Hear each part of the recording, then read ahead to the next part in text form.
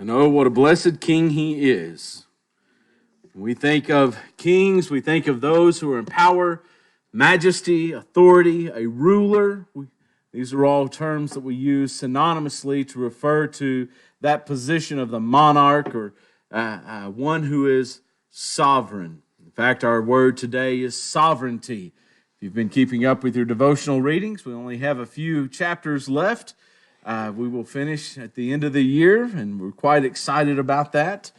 And so tonight, we're going to be looking at the idea of sovereignty, which carries with it a meaning of absolute authority. You can see in the word sovereignty the word reign. One who has a reign is one who has authority or the right to make laws for a certain land. It's often used in reference to kings and monarchs and people of the past. We might also talk about a dictator and his reign of terror, that he is over this particular part. The prefix, or the first part of the word sovereignty, sovereign, not sure exactly where those have come from. Some have suggested that it is simply a play on the word of reign, as if to amplify it, that it may have come from the Old French. Others suggest that it comes from the vulgar Latin or the common Latin of super, and how that would evolve into the idea of sovereign, and you can see the similarities. And of course, we know super because of Superman, right? And he is a man above men. In fact, the prefix super means to be above or to be beyond something. And so it's not just a reign, it's beyond a reign. It is the highest of reign. And so some have suggested that it comes from the Latin super, ain, A-N at the end. And of course, we use that suffix for we turn someone who is from Rome into a Roman, or someone from Italy is an Italian. And so the suffix A-N put on there, and so you get superain or sovereign. And so you get this concept of one who is beyond or of a superlative point of reigning.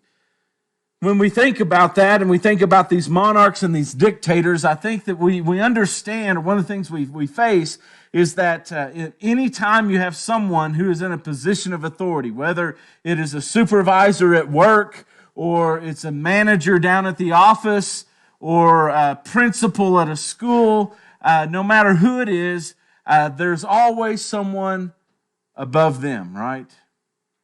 In Ecclesiastes chapter 5, we didn't get this far this morning. I know you're disappointed. But in verse 8, he's talking about how sometimes people abuse their power. And he says one of the things you have to keep in mind is that for the high official is watched by a higher. You know, whatever high official you think there is, there's somebody higher. And then he goes on and says, and these are yet, or they are yet higher over them. So you take that supervisor, well, there's a manager, and above the manager is maybe a director or an owner or a CEO or a board, and we keep going higher and higher and higher and higher. We might get to this point where we say, yes, but he is the king in the land, or she is queen in the land. There is no voice higher than hers. Ah, but there is. There is a superain, a sovereign, above even the highest person in the land. It's a lesson that Nebuchadnezzar, king of Babylon, had to come to learn. In the days of Daniel, the young men were taken into captivity, and because of their standing in their own community, they were given a priority standing in the king's house. For the first years that they were in Babylon, they were spent in training and teaching these young men the Chaldean language, the Chaldean history, the Chaldean sciences, everything that made a Chaldean wise and smart and productive in their society. They were taught to these young men. I think that the big part of that was so that these men, as they served in the court of the king's house, would be good conversationalists. Listen, you couldn't just turn on the television and be entertained by the stories on TV, right? Books, even books, were hard to come by, and most of them, I guess were entertaining to some degree, but a large part of the entertainment in the ancient world was social interaction. When they would put down their phones and they would talk to one another face to face, that was entertainment. That was the majority of entertainment. And so, if you're a king and conversation is your entertainment, you want some of the best conversationalists you can have. So let's educate them. Let's instill within them the very best that they can have, so that when we have dinner parties, they'll be able to engage the guests. Or when I'm home alone eating a sandwich, they'll be there to talk to me. And so it was all about what they could do for him as king of Babylon. I think many kings in the ancient world believed it was all about them, because their world, centered on them. And we see in the life of Nebuchadnezzar not only his view of himself, but we see his view of, in his mind, the gods of the heavens above. But in the course of the book of Daniel, we move from this man who himself was a sovereign to finally come to the conclusion that there is yet one who is higher than all the others. The Most High, a phrase which used multiple times in the book of Daniel. Most High God, that there is none beyond him. Most is a word of superlative degree, which means that when something is the most, or when something is the best, they ain't nothing better, right? That's what that means. It's not just a comparative that, this one's good and that one's good, or this one's better and that one's good.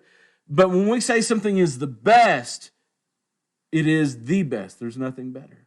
When we say something is the most, there's not something more moster. That's it. It doesn't get higher. So when we say the Most High, there's nothing higher than God. It took a little while for Nebuchadnezzar to come to that conclusion. But let's look at how that evolved in his life. Let's start in Daniel chapter 2. Nebuchadnezzar has this great dream, and this particular dream is of the famous statue, the head of gold and the arms, the chest of silver, and the belly and thighs of brass, and the lower legs of iron and the feet of iron and clay, right? And so we have this grand statue. It's made of metals of various strengths, metals of various values. And he's told, when he finally gets the interpretation from Daniel, that you are the head of gold, meaning that you are this very prosperous metal. You're at the pinnacle right now of this particular statue. And everything in your world revolves around you. We see that in Nebuchadnezzar when at first the dream was not being interpreted. What did he determine? Let's do away with all the magicians, all the wise men, all of those who purport to interpret dreams. We're going to do away with all of them. We're going to not just do away, we're going to kill them all. Why? Because they didn't please me. Right? And so we see how his view of himself is one that he's of highest authority. He holds the life of these men or anyone else under his dominion in his hand. And at his whim, at his beck and call, he can have them put to death. He can take their lives out from underneath them. And so that's the kind of guy that he is. That's how he views himself. But when Daniel is finally able to give him the warnings and explain to him what these things mean, that ultimately that there was going to be successions of kingdoms. You're the first kingdom, but there's going to be several come after you until ultimately all of these kingdoms will be destroyed. In the days of those kings, he would tell us in verse 44, there was something that was coming that was most important. And this, of course, was when God stepped into the world in the days of those kings, that last empire, the Roman Empire, right? Nebuchadnezzar understands this. Notice what happens in chapter 2, beginning in verse 46. Then Nebuchadnezzar, or King Nebuchadnezzar, fell upon his face and paid homage to Daniel. and commanded that an offering and an incense be offered up to him. So what he is seeing is that there's this other man who appears to have some wisdom, some understanding beyond anyone else. He is a man that almost rises to my level. Not above me. He's Nebuchadnezzar. He's the king. He's the sovereign. But he gets up pretty close. And he says, this man deserves some sort of worship. And so he pays homage to him and he burns incense, not to God, but to Daniel. God is somewhere out there, but God is not present right here with me like Daniel is. The king answered and said to Daniel in verse 47, truly, your God is God of gods, Lord of kings, and a revealer of mysteries, for you have been able to reveal this mystery. Then the king gave Daniel the high honors and many great gifts, and made him ruler over the whole province of Babylon and chief prefect over all the wise men of Babylon. Daniel made a request to the king, and he appointed Shadrach, Meshach, and Abednego over the affairs of the province of Babylon. But Daniel remained at the king's court. Now we rejoice in God giving favor to Daniel in the sight of King Nebuchadnezzar. But notice the king's confession about who God is. He is truly God of gods. That phrase means of all the gods that are out there, this is the God of all of the gods. He is the Zeus to everybody else, although Zeus wouldn't appear on human history for many centuries, but he is the highest of gods. He is the God of gods. He is the Lord of all the kings. He's pretty great. He's amazed. Nebuchadnezzar stands amazed at what God has been able to do, not only in his life, but through Daniel and Daniel's life. And as a result, he rewards Daniel. We have a lot of people today who look at God and are simply amazed. They're amazed at what God has accomplished in this world and the beauty that he surrounds us with, the creation that he's given. And they stand looking in amazement at not just the creation, but amazement at mankind. Amazed at the principles that he's left behind of love and mercy and compassion and kindness. Principles that we do well to instill in the next generation to bring up civil life in America or around the world. We need those kinds of traits. Well, where do we get them? We get them from God, and that's amazing. But as amazed as they are, oftentimes they don't get past the amazement. Nebuchadnezzar does. Not immediately, because we move into chapter 3. And the first thing that we find in chapter 3, in verse 1, is that King Nebuchadnezzar made an image of gold whose height was 60 cubits, breadth was 6 cubits, and he set upon it the plate of Dura in the province of Babylon. Then King Nebuchadnezzar sent to gather the satraps and the prefects and the governors and the counselors and the treasurer. This is the entire cabinet over all the nation of Babylon. And he tells them that when you hear the musical instrument played, everyone has to bow down and do what? Worship this image. Now, it doesn't specifically say here that the image was an image of Nebuchadnezzar himself. However, it could be interpreted that way. It could be translated to go that direction as well. And while we may not know for certain, it does appear that the statue was a statue of himself. It was certainly common in the ancient world for kings to demand the subjects to worship them. And that's most likely what is happening here, is Nebuchadnezzar is requiring the people to worship him. Now, God is a God among gods. And of those gods, Nebuchadnezzar has now elevated himself to the echelons of those gods. I don't think here Nebuchadnezzar thinks that he's taking back the fact that God is the God of gods. He's simply saying that God is the God of gods among whom I'm one. And therefore I deserve the worship and the praise of the people. You know what happens in the course of the story. Shadrach, Meshach, and Abednego refuse to bow down. They're cast in the fiery furnace, and it's there that the king looks in and he sees that there are four one like unto the son of the gods, he says in verse 25. And so he calls to them. He stands at the door of the furnace and he calls to Shadrach, Meshach, and Abednego. He says, servants of the Most High God, come out. There's that Most High God, the mostest of the mostest. The Most High God, come out. Come here. And Shadrach, Meshach, and Abednego came out of the fire, and it was so that not even the hairs on their head were singed. There were no burning scars on these men. Their clothes didn't even smell like smoke. When David was here, we went camping, and we sat around a campfire for a couple hours. And, I still have my hat, my coat, and my sleeping bag, and everything that was out there that needs to go to the dry cleaners to get rid of the smell of the campfire and all my clothes, because these are things that we can't wash. But here they were in the midst of a fire that was burning hotter than it had ever burned before, and not even the smell of smoke was on their clothes. He's amazed. He looks at them, and we see in verse 28, he answered and said, blessed be the God of Shadrach, Meshach, and Abednego, who has sent his angel and delivered his servants who trusted in him and set aside the king's commandments. Notice, these men stood against the king's commandments, and the angels have aided them. All of a sudden, Nebuchadnezzar's command to worship him goes to the wayside.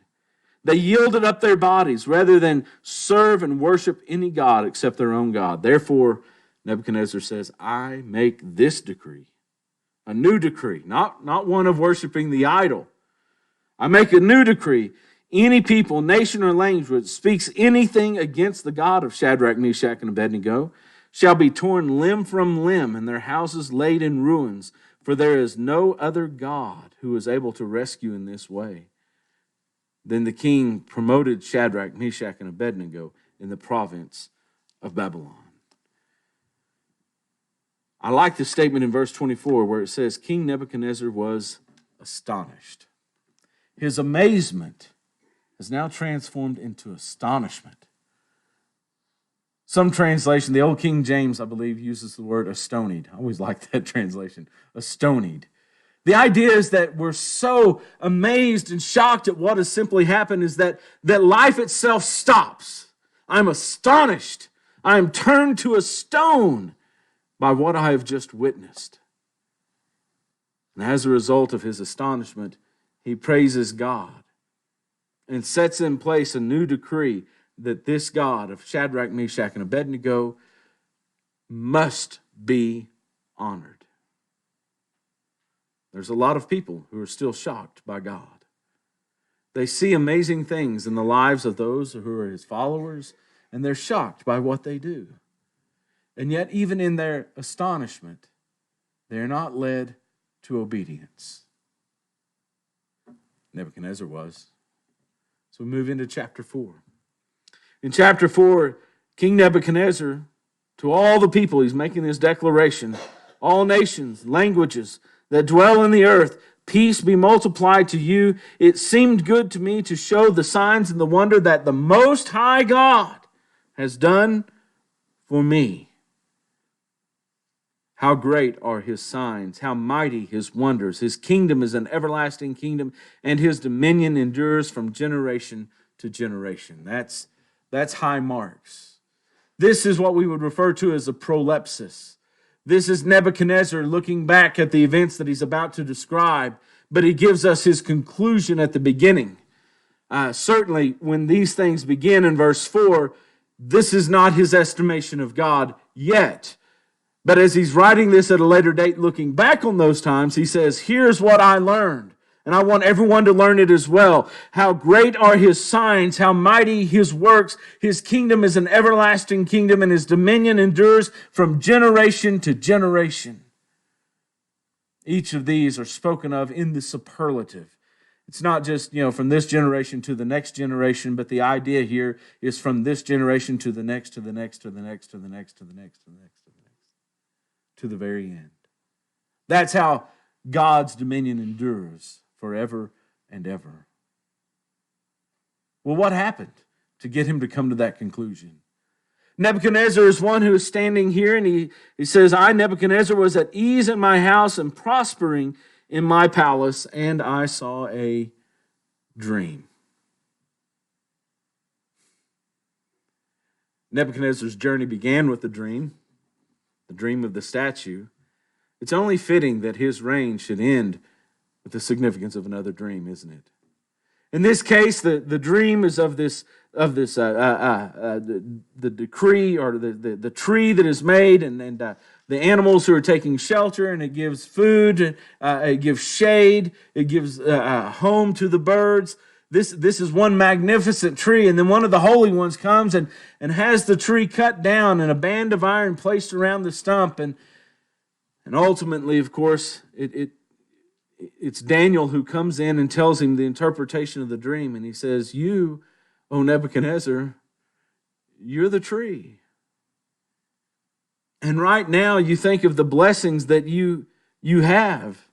Verse 20, he says, the tree you saw which grew and became strong, so that its top reached to heaven, and it was visible to the end of the whole earth, whose leaves were beautiful, its fruit abundant, and in which was food for all, under which the beasts of the field found shade, and in whose branches the birds of the heavens lived. It is you, O King, who have grown and become strong. Your greatness has grown in all and reaches to heaven, your dominion to the ends of the earth. And because of the king saw a watcher, a holy one, coming down from heaven and saying, chop down the tree and destroy it, but leave the stump of its roots in the earth, bound with a band of iron. They would do that so that the tree wouldn't get rained upon and the water get into the cracks of the trunk and split it open. The brass and iron ring would hold it together because it was still useful. It still needed to live for a time until God could graft back in another tree. A tree that was better. And we'll see how that happens with him. This is the interpretation he gives in verse 24. O King, it is the decree of who? The Most High, which has come upon my Lord the King, that you shall be driven from among men, and your dwelling shall be with the beasts of the field. You shall be made to eat grass like an ox, and you shall be wet with the dew of the heavens, and 7 periods of time will pass over you till you know that the Most High rules the kingdoms of men and gives it to whom he wills. God is in control. As high an official as you are, you need to learn that there is one still higher. And as it was commanded to leave the stump of the roots of the tree, your kingdom shall be confirmed for you from the time that you know that heaven rules. When you come to the conclusion that heaven rules, not God and Nebuchadnezzar in some co-regency, but God. When you recognize the sovereignty of God, you will come back. Therefore, O King, let my counsel be acceptable to you. Break off your sins by practicing righteousness, and your iniquities by showing mercy to the oppressed, that there may perhaps be a lengthening of your prosperity. You want to keep your kingdom? Quit sinning. Show mercy, compassion. Give a voice to those who are oppressed. Raise them up and encourage them. All this worked for about 12 months. Nebuchadnezzar heeded the warning of Daniel. But about 12 months later, he came back and he said in verse 30, is not this great Babylon, which I have built by my power, my mighty power, as a royal residence and for the glory of my majesty? And while these words were yet on the king's lips, in that moment there fell a voice from heaven. Where's this voice coming from? The Most High, the one that he needs to understand is sovereign, the one who is over him. O King Nebuchadnezzar, to you it is spoken, the kingdom has departed from you. He became like an animal for the 7 periods that passed over him, until he knew that Most High rules in the kingdom of men, and he gives it to whom he wills. Verse 32. At the end of those days, verse 34, Nebuchadnezzar lifted up my eyes to heaven, and my reason returned to me, and I blessed the Most High, and praised and honored him who lives forever.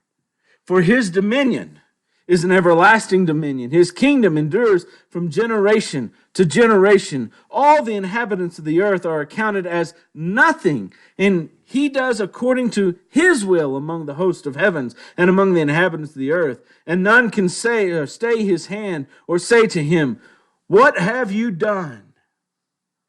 Nebuchadnezzar finally gets it. He's moved from amazement to astonishment, now to being awestruck by God. And he does something about it. At the same time, my reason returned to me, and for the glory of my kingdom, my majesty and splendor returned to me. My counselors and my lords sought me, and I was established in my kingdom, and still more greatness was added to me. Now I, Nebuchadnezzar, I praise and extol and honor the King of heaven. For all his works are right, and his ways are just, and those who walk in pride he is able to humble. Who learned that lesson better than Nebuchadnezzar? We need to be awestruck by God and recognize that there is none beside him. He deserves our praise. He deserves our exaltation. He deserves our honor. As Nebuchadnezzar gave it to the King of heaven, so do we. His works are right. His ways are just. And who are we to say, "God, what have you done, and why have you done it?" The clay does not say to the potter, "Why have you made me such?" He is the potter, and we are the clay. Today he seeks to mold us and make us into what he can use. Make us in what we need to be. Make us fit for the heavenly realm. If tonight you're estranged from this Father, this sovereign of the universe, maybe you've thought of life as a co-regency over your own life. There's God and there's me, and we work together. That's not really the picture God has. There's God over me, and I do his will. That's the sovereignty of God. And if you're ready to submit to that type of sovereignty, won't you respond to his invitation while we stand and while we sing?